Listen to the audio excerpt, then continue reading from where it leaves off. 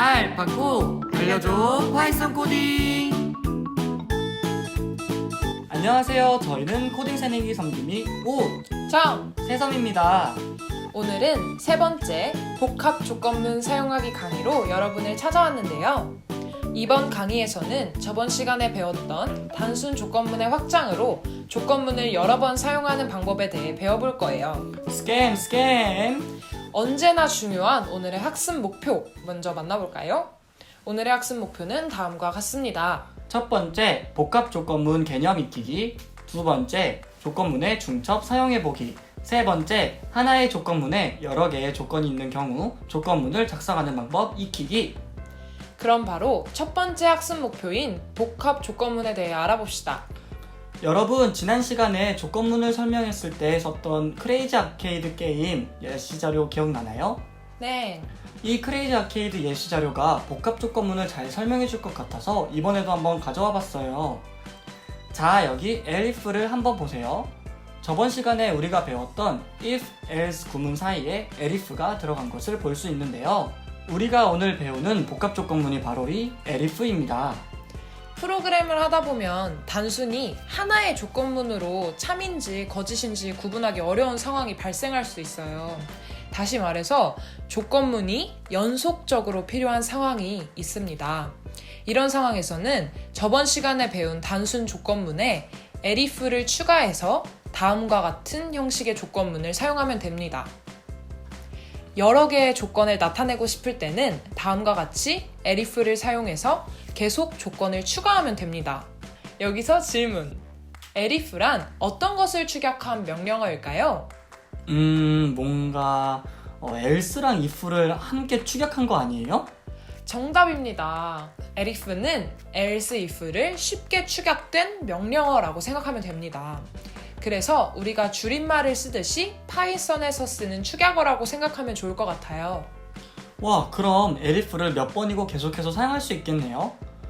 그런데 여기서 주의해야 할 점은 첫 번째 조건의 시작은 if로 시작해야 하고 elif도 if, else와 마찬가지로 마지막엔 콜론이 꼭 붙여야 한다는 점 유의해주세요. 자, 여기 더 구체적인 예시를 통해서 이 개념을 확실히 정리해 볼까요? 예를 들어서 숫자를 하나 입력받은 후에 이 숫자가 양수인지 0인지 음수인지를 판별하는 경우를 생각해 봅시다. 이때 사용할 수 있는 조건으로는 어떤 것들이 있을까요? 숫자가 양수이거나 0이거나 음수이다. 이렇게 세 가지를 고려해 보면 될 것 같아요. 맞아요. 그렇게 세 가지의 조건이 필요해요. 그럼 우리는 코드를 이렇게 짜볼까요? 첫 번째 조건으로는 넘버 1이 양수인가를 코딩으로 if 넘버 1이 0보다 큰가로 표현해 보았어요. 그러면 숫자가 양수이다를 출력하게 한 후에 다음 조건인 넘버 1이라는 변수가 0인가를 표현하기 위해서 elif 넘버 1은 0이라고 써보았어요. 두 번째 조건이기 때문에 if가 아닌 elif를 사용한 것 확인했죠? 그럼 마지막으로 변수 넘버 1이 음수인가는 별다른 조건이 없이 위에 두 가지 조건을 만족하지 않을 때를 의미하기 때문에 else를 이용해서 코드를 구현해 보았답니다. elif는 이렇게 쓰는구나. elif를 사용해서 반복문 만들기 이해 완료! 이제 다음으로 조건문의 중첩도 알려주세요. 자, 두 번째 학습 목표인 조건문을 중첩하는 연습을 한번 해봅시다. 조건문은 또 다른 조건문에 의해 중첩되어 사용할 수 있습니다. 여기서 중첩이라는 말이 잘 다가오지 않을 수 있는데요. 예시를 통해서 구체적으로 알아볼까요? 이 예시를 살펴보면 else 구문 안에 또 다른 if문이 들어가 있죠? 이렇게 조건문 안에 또 다른 조건문이 들어가 있는 것을 조건문의 중첩이라고 합니다. 바깥쪽에 if, else로 조건문이 하나 있고 안쪽에도 또 다른 if문이 있어서 그 자체로 서로 다른 두 가지의 조건을 가지게 되는 것이죠. 이렇게 중첩된 조건문을 사용하게 될 때 경우에 따라서 이런 중첩 조건문을 쉽게 단순화할 수 있어요. 그것은 바로 우리가 1강에서 배운 논리 연산자를 사용하는 겁니다. 논리 연산자라면 and, or, not 요거 쓰는 거 맞죠? 맞아요. 잘 기억하고 있네요. 이렇게 x가 0보다 크다면 그리고 10보다 작다면 이라는 두 개의 조건문을 사용하듯이 논리연산자 AND를 이용해서 하나로 합칠 수 있어요. 와, 이 표는 1강에 썼던 논리연산자표네요. 이런 경우라면 AND 양 옆의 조건이 둘 다 참인 경우에만 true이기 때문에 if를 두 개 쓰지 않고 하나로 합쳐서 간단하게 쓸 수도 있답니다. 오, 이제 조금 감이 오는 것 같아요. 예시를 통해 더 구체화시켜주세요. 네, 좋아요. 그럼 세 번째 학습 목표인 하나의 조건문에 여러 개의 조건이 있는 경우를 함께 살펴보면서 더 알아볼까요? 만일 x가 한 자리 자연수일 때 라는 조건을 if문으로 나타내려면 어떻게 할 수 있을지 한번 생각해 봅시다. x가 0보다 크다, 그리고 x가 10보다 작다 라는 조건을 두 개 합치면 되지 않을까요? 맞습니다. 그럼 이렇게 중첩된 조건문을 쓰게 된다면 이렇게 작성할 수 있겠죠? 그런데 이걸 하나로 합치기 위해선 두 조건이 모두 만족해야 다음 코드를 실행할 수 있으므로 둘 다 참일 때 실행되게 만들어주는 논리 연산자 AND를 써서 if x가 0보다 클 때 and x가 10보다 작을 때 라고 쓸 수 있어요. 또는 이렇게 바로 적어줄 수도 있어요. 그렇다면 x가 0보다 크고 또는 y가 0보다 작다 라는 조건을 if로 나타내려면 어떻게 해야 할까요? 일단 또는 이라는 조건을 만족해야 하니까 논리연산자 or를 쓰면 될 것 같아요. 맞아요. 위의 조건은 둘 중 하나만 참이어도 실행할 수 있게 해야 되기 때문에 논리 연산자 or를 써서 if x가 0보다 클 때 or y가 0보다 작을 때 라고 프로그램을 짜보면 되겠네요. 와, 지금까지 잘 따라하고 있는 코딩 새내기 여러분, 이번에는 조건문을 여러 개 써보는 예제들을 우정세sam과 함께 풀어볼까요? 첫 번째 예제입니다. 국어, 영어, 수학, 역사 점수를 입력했을 때 각 과목의 점수가 모두 50점이 넘는다면 합격입니다 를 출력하는 코드를 짜볼까요? 먼저 국어, 영어, 수학, 역사 점수를 int형으로 받아오는 것은 큰 어려움이 없죠? 인풋 함수를 써야 한다는 것은 이제 빠삭하게 알고 있으니 걱정 마세요. 다행이에요. 그럼 이제 받아온 점수들이 모두 50점보다 높다면 합격입니다 를 출력해 봅시다. 모든 점수가 50점보다 큰 경우에만 합격이므로 모두 참이어야 실행하는 논리 연산자 and 를 사용하면 되겠죠? 그럼 코드를 단어만 영어로 바꿔서 이렇게 이뤄지겠네요. 네, 맞아요. 완벽히 이해한 것 같네요. 그럼 난이도를 한 단계 높인 연습 문제들을 통해서 오늘 배운 개념들을 확인하고 발전시키는 시간을 가져볼게요. 첫 번째 문제를 살펴봅시다. 지금까지 점수를 계산하는 문제들을 많이 풀었는데 이번에는 복합 조건문을 이용해서 평균 점수대에 따라 각기 다른 결과를 출력하는 문제를 풀어볼 거예요. 영상을 잠시 멈추고 문제를 풀어주세요. 여러분 다 풀었나요? 그럼 먼저 문제를 푸는 순서에 대해 생각해 볼게요. 첫 번째, 각 과목의 점수를 입력받는다. 즉, 입력 함수를 이용해서 변수를 선언한다. 두 번째, 토탈 점수랑 에버리지 점수를 구하고 이를 출력 형태에 맞게 출력한다. 세 번째, 평균 점수를 이용해서 각 점수대에 알맞은 조건을 설정하고 조건에 따라 알맞은 문구를 출력한다. 어때요? 간단하죠? 이 순서에 따라서 함께 풀이해볼까요? 자, 첫 번째, 먼저 각 과목의 점수를 입력받습니다.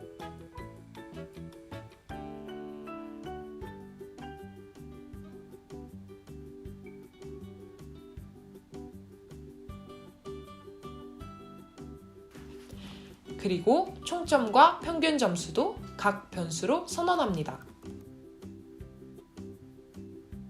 다음으로 출력 형태에 맞게 총점과 평균을 출력합니다.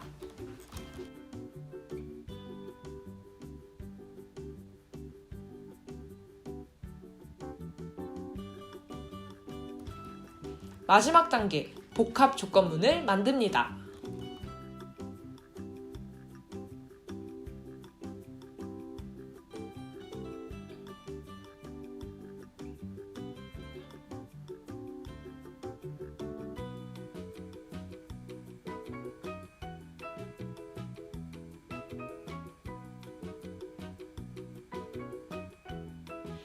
마지막 가 성적의 경우에는 위의 조건으로 설정한 점수대가 아닌 경우로 봐도 무방하므로 else로 작성합니다. 굳이 조건을 안 써주어도 되니까 더 간단하겠죠?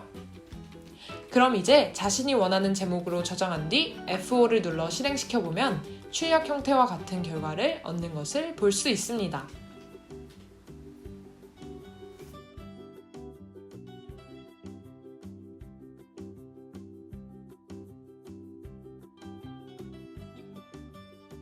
두 번째 문제로 넘어갈게요.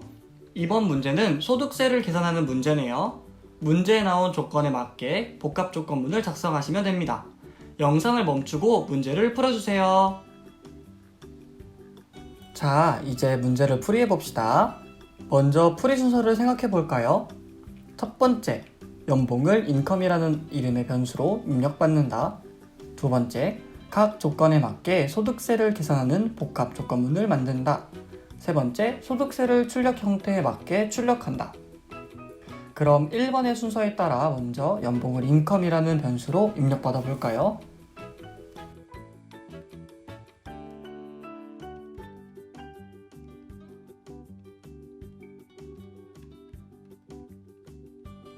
그리고 문제에 나온 조건에 맞게 복합 조건문을 작성합니다. 이때 조건문의 몸체 부분에서 소득세를 구할 때 문제에는 %로 나와 있기 때문에 0.01을 곱해준 뒤에 계산해 주어야 한다는 점 주의해 주세요.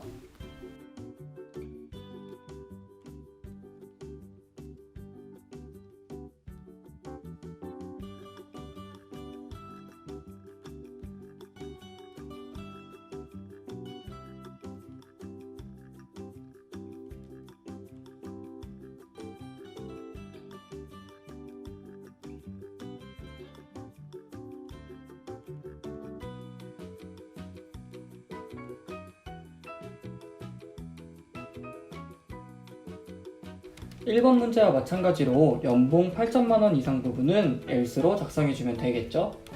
이제 출력 형태에 맞게 소득세를 출력해 봅시다.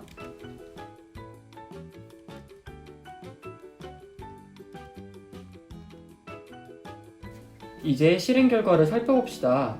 역시 자신이 원하는 제목으로 지정한 뒤에 F5를 눌러 실행시켜보면 연봉을 숫자로 입력하라고 문구가 나오네요. 출력 형태들을 입력해 볼게요. 결과가 잘 나오네요. 한 번 더 해볼까요?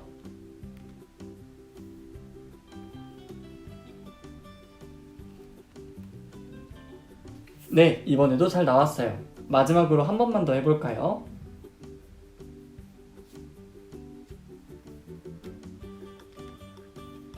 와, 출력 결과가 잘 나오네요. 벌써 마지막 세 번째 문제입니다.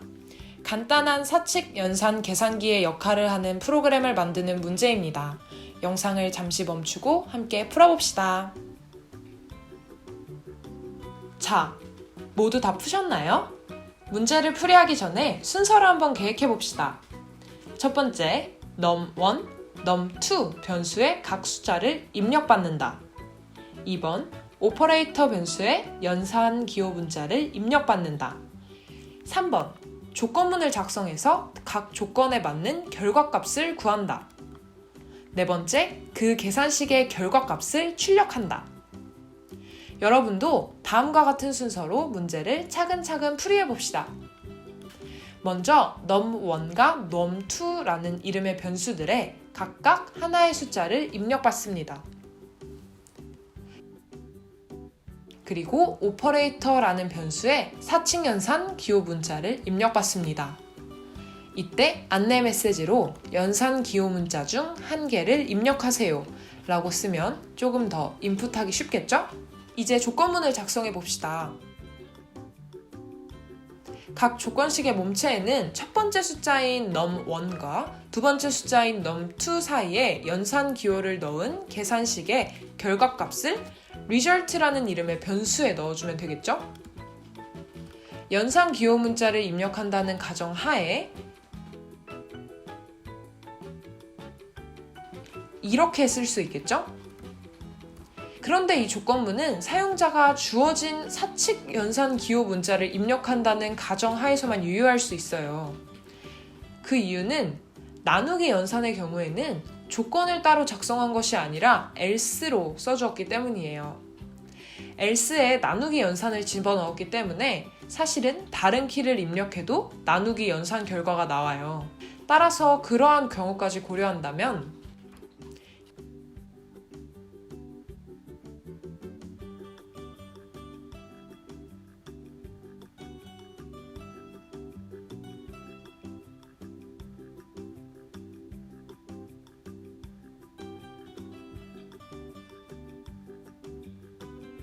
이렇게 조건문을 작성해 주는 것이 더 정확합니다.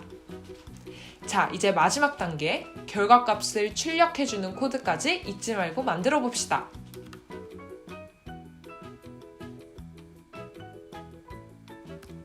자, 이제 자신이 원하는 제목으로 저장한 뒤에 F5를 눌러 실행시켜 볼까요? PPT에 나온 결과값과 똑같이 출력되는지 확인해 봅시다.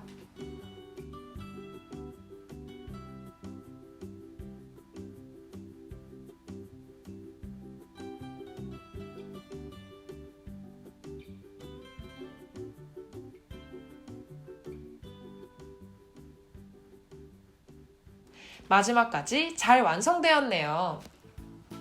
오늘은 복합 조건문을 활용하는 방법부터 하나의 조건문에 여러 개의 조건이 있는 경우까지 예제를 통해 알아보았는데요. 오늘도 여기까지 오느라 수고 많았어요. 맞아요. 열심히 따라오시는 코딩 새내기 여러분들 정말 파이팅입니다. 다음 강의에서는 새롭게 반복문에 대해서 배울 거랍니다. 그렇다면 그럼 오늘까지 배운 조건문의 내용과 예제들 3번씩 반복해봐야겠어요. 혹시 오늘 강의 내용에 대해 궁금한 점이나 문제를 풀다가 어려운 점들이 생기면 언제든지 댓글을 통해서 질문을 해주세요. 우정새섬이 꼭 답변해드리도록 하겠습니다. 마지막으로 오늘 배운 내용들은 간단히 정리한 자료들을 보며 강의를 마치도록 할게요. 네, 오늘도 정말 수고 많았고 다음 강의에서 꼭 만나요. 지금까지 알바고 우정새섬이었습니다. 안녕.